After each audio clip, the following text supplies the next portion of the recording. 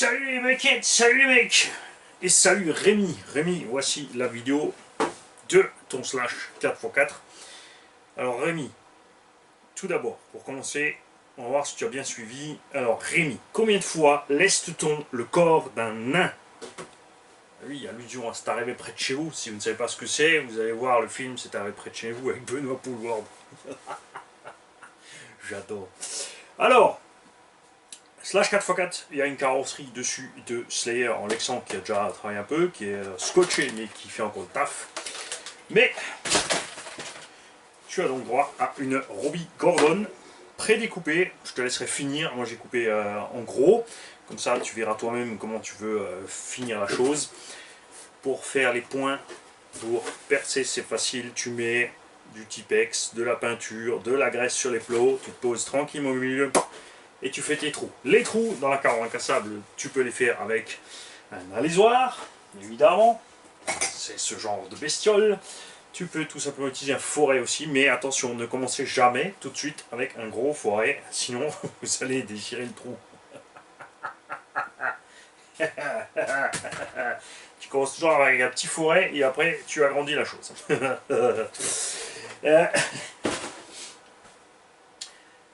Tu as 4 roues FTX Acropon qui sont super efficaces parce que taille basse. Franchement, on les a essayés dans l'herbe et le sable. Ces pneus sont géniaux, ils sont super légers, ça passe bien, donc la transmission ne souffre pas du tout et tu vas t'éclater.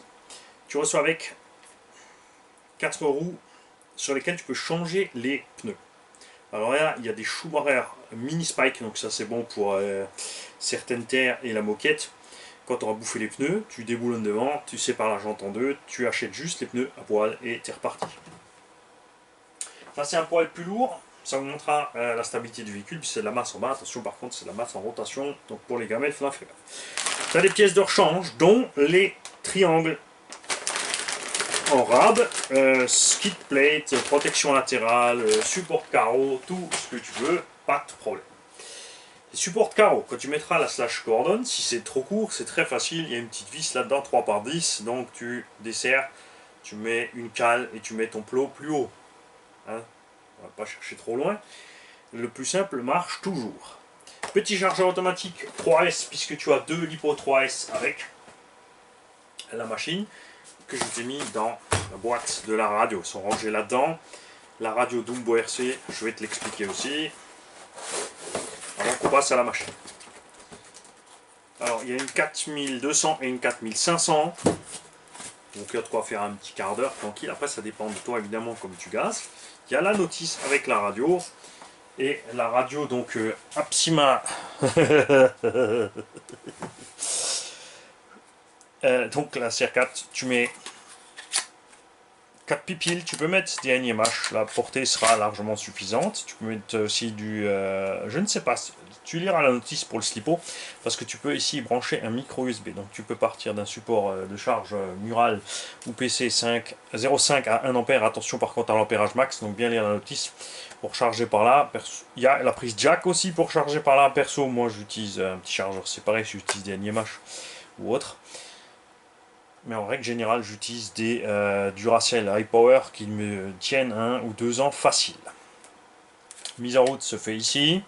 Là, tu as une 4e voie possible à 3 positions. Là, une 3e voie à 2 positions par simple interrupteur. Si tu veux rajouter un klaxon ou des LED ou autre, que tu peux piloter à distance. Attention, tout équipement à piloter à distance nécessite un module. Tu ne peux pas brancher des LED directement, puisqu'elles ont que le plus et le moins sur le récepteur. Et te dire que tu peux l'allumer avec la voix. Non, dès que tu branches, ça va être allumé en permanence. Il faut avoir une commande, c'est-à-dire 3 fils avec un sémaphore. Le sémaphore, c'est le câble blanc. Et là-dessous, tu as le trim de la direction. La voie 1, c'est toujours la direction. Le 2, c'est toujours les gaz.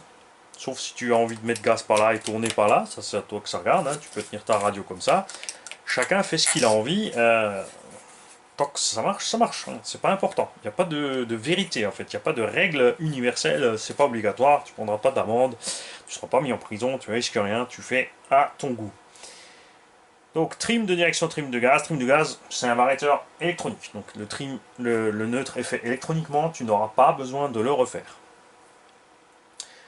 Si ça avance, ça recule tout seul, c'est que quelqu'un a touché ici, généralement c'est toi. Trim de la direction, ça c'est si quand tu vas tout droit, ça tire un petit peu à droite à gauche. Méfiez-vous évidemment du terrain, méfiez-vous ne pas confondre quand vous mettez gaz à l'accélération, justement torque twist, roue qui déleste, diff qui travaille, voiture qui tire travers. Ça c'est toi, le pilote, de doser tes gaz et ta direction. Hein. Ça c'est pas la voiture. Et ici tu as une butée de la direction, c'est-à-dire sur un terrain très glissant, le véhicule a du mal à être droit, ben, tu diminues ta direction, donc tu auras moins de direction, ça sera un peu plus flou à piloter en fait. Et là, tu as le dual rate des gaz freins, c'est-à-dire que si tu veux prêter la radio, tu descends à 0, elle ne marche plus, hein, ça c'est sûr. Mais tu en remets à 25% et elle a un quart de sa puissance avant-arrière. Généralement, la marche arrière est de la moitié de la marche avant, sur les variateurs génériques qui ne sont pas Traxxas. Attention par contre, en dessous de 50%, généralement tu perds la marche arrière. Ça peut arriver parce que le vario s'en sort plus. Mais n'empêche, pour prêter un petit haut, c'est cool. Et comme ça, en plus, je suis obligé de faire attention à ce qu'il ne peut pas se coincer où il veut, sinon il est obligé de chercher le véhicule pour le ramener, ça l'obligera à se concentrer. C'est pas du tout une mauvaise chose en fait. Ça, c'est pour la radio. Pour l'engin, donc variateur Hobbywing VPS 8 qui peut prendre jusqu'à 4S. Pour moi, 3S ça suffira large. Moteur Léopard 3660 ou 3665 3100 kV, peut aussi prendre 4S, je te conseille.